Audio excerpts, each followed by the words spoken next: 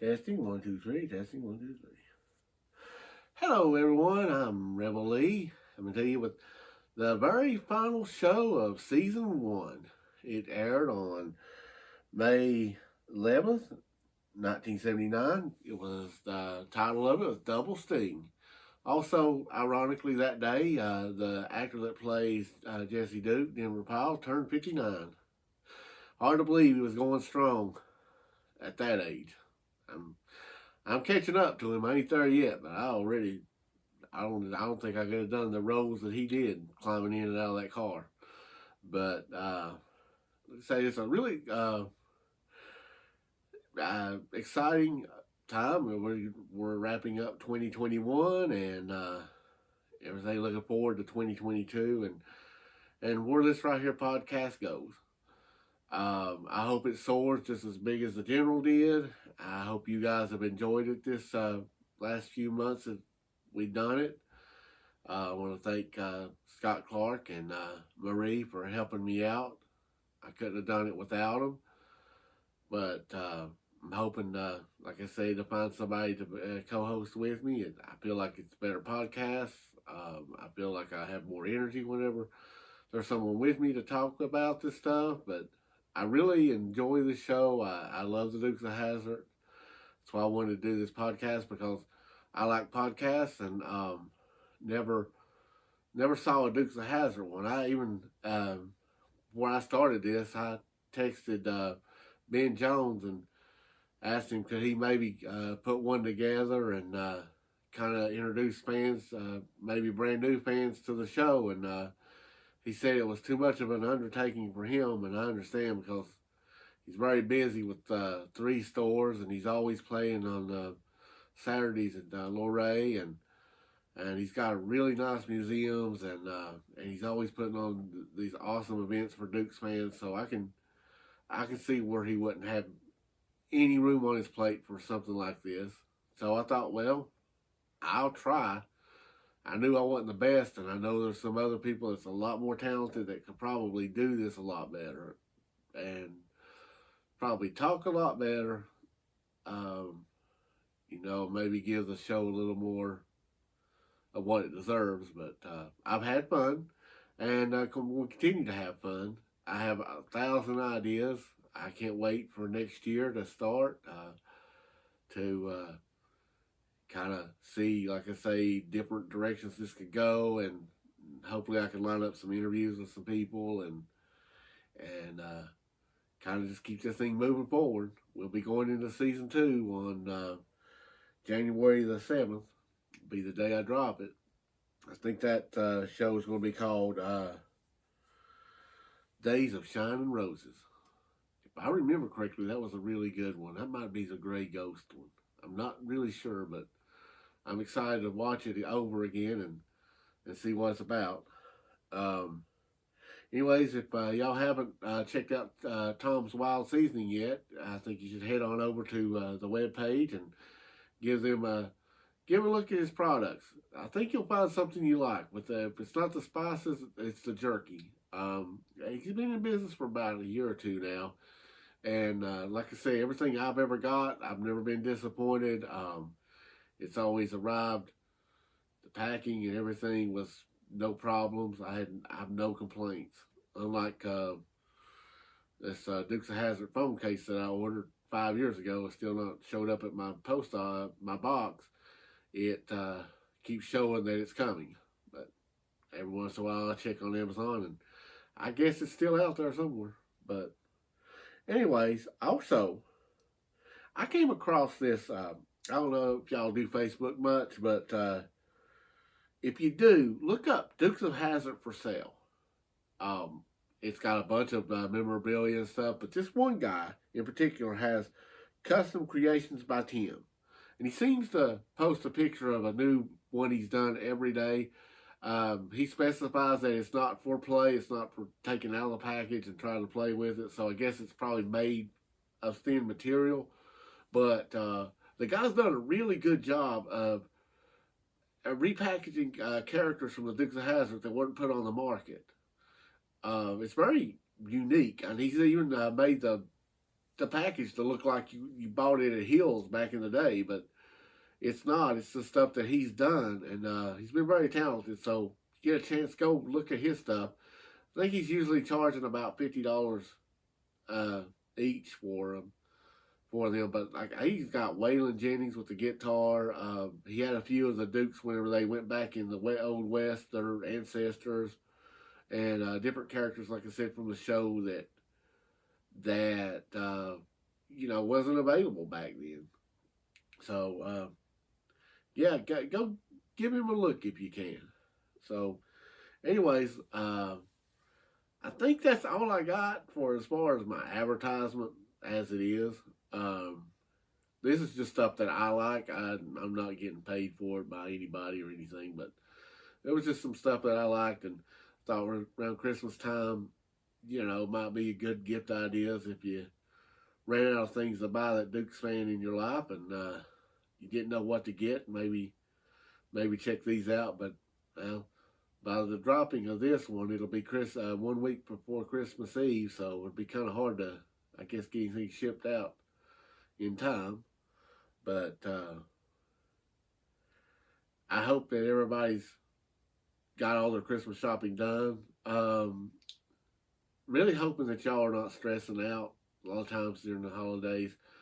It's supposed to be fun, and it is, and lights and everything, but sometimes you start wondering, what do you buy the people you love? You love them, but you don't know what to get them. So I hope that don't be a big part of your Christmas, because it can ruin it.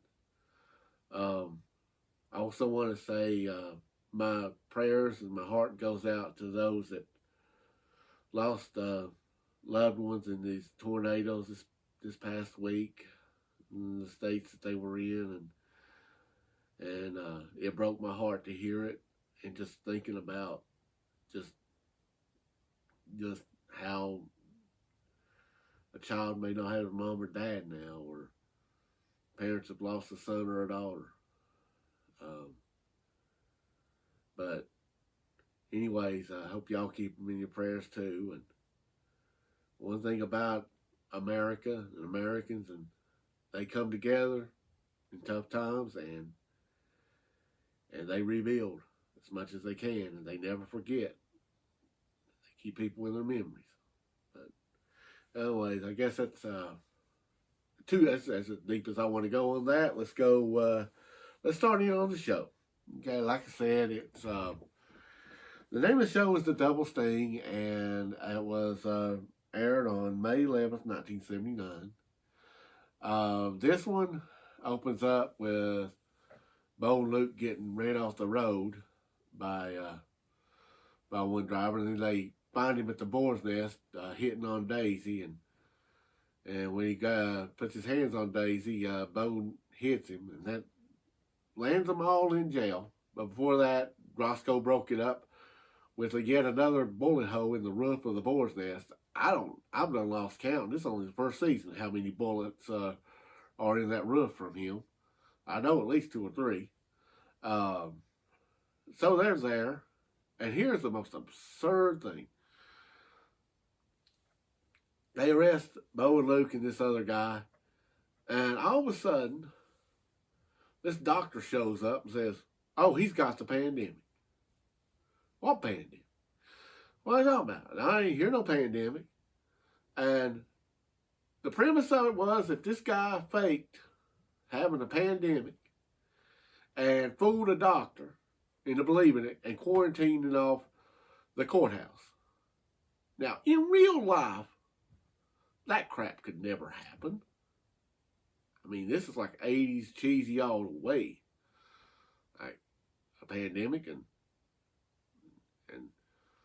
people being quarantined, but what was the pandemic? Nobody said it. Just this doctor knew it, said, "Hey, there it is." And they believed him. That's kind of wild. Well, he had 2 buddies. The whole thing was a setup.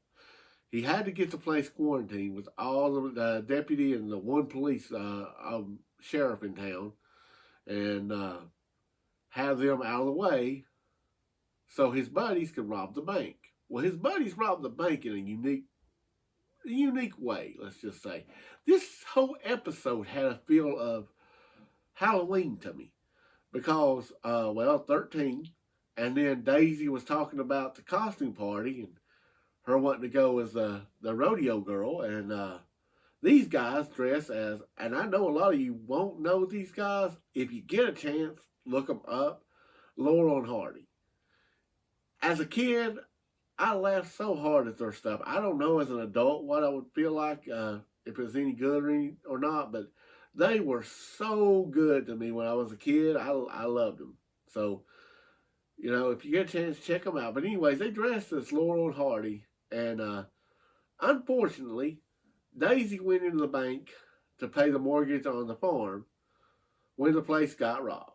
They went right in right after her conveniently. Well, she slips out and jumps up on their RV because I guess she felt like it was a good idea at the time. And so after they get rob the bank and they run out and they jump in, they're taking off. Now remember, RV, because that's what I always wanted to jump onto as a kid. So yeah. Anyways, as I said in the last episode, but Cooter spots her. She signals for him to follow, but he has problems. So he has to go back and he has to tell Bo and Luke and Uncle Jesse that Daisy may be in trouble. He doesn't know she was headed north and wasn't sure. Well, Bo and Luke know then that they got to somehow escape the courthouse, which is not going to be all that hard for them. They do it just about in their sleep, I believe. But Jesse's realized that this guy may not be telling the truth about being sick. So Bo and Luke and Jesse come up with a way of trying to get him to lead them to the other guys that has Daisy, and Jesse tells him, hey, if he don't go, y'all don't go. But he does. They escape, and they stop. I forgot what they stopped for, but anyways, the guy takes the General Lee and runs over to the hideout.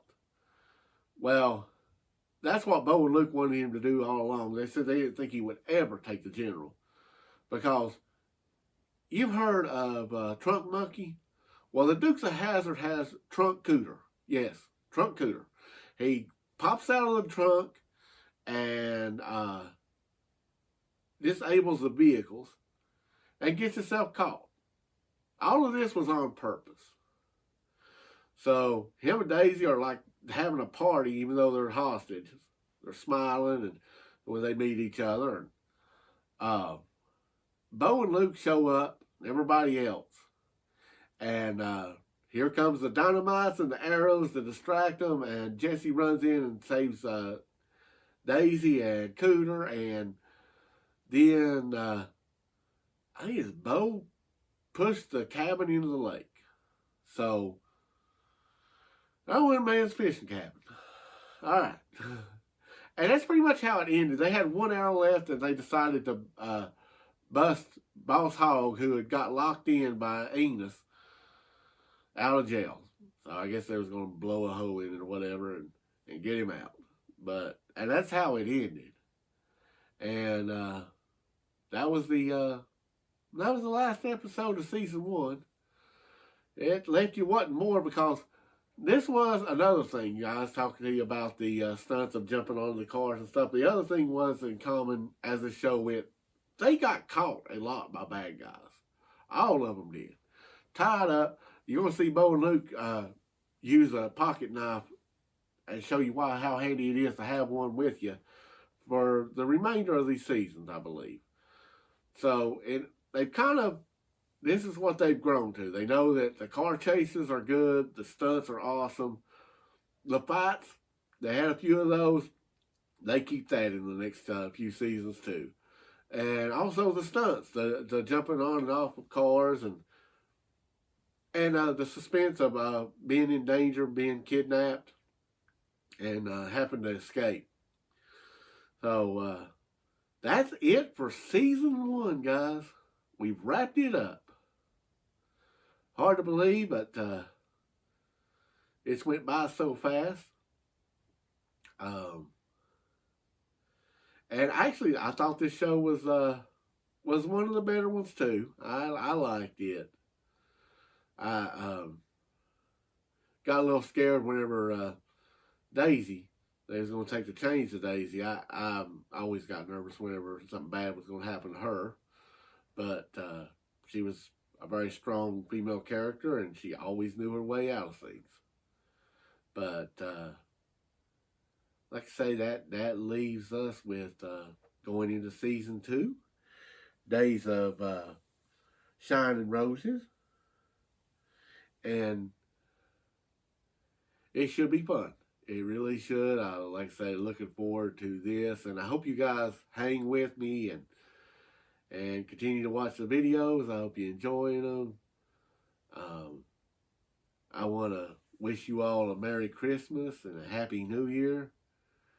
I hope that it's filled with memories and moments and joy that you'll keep in your hearts forever. I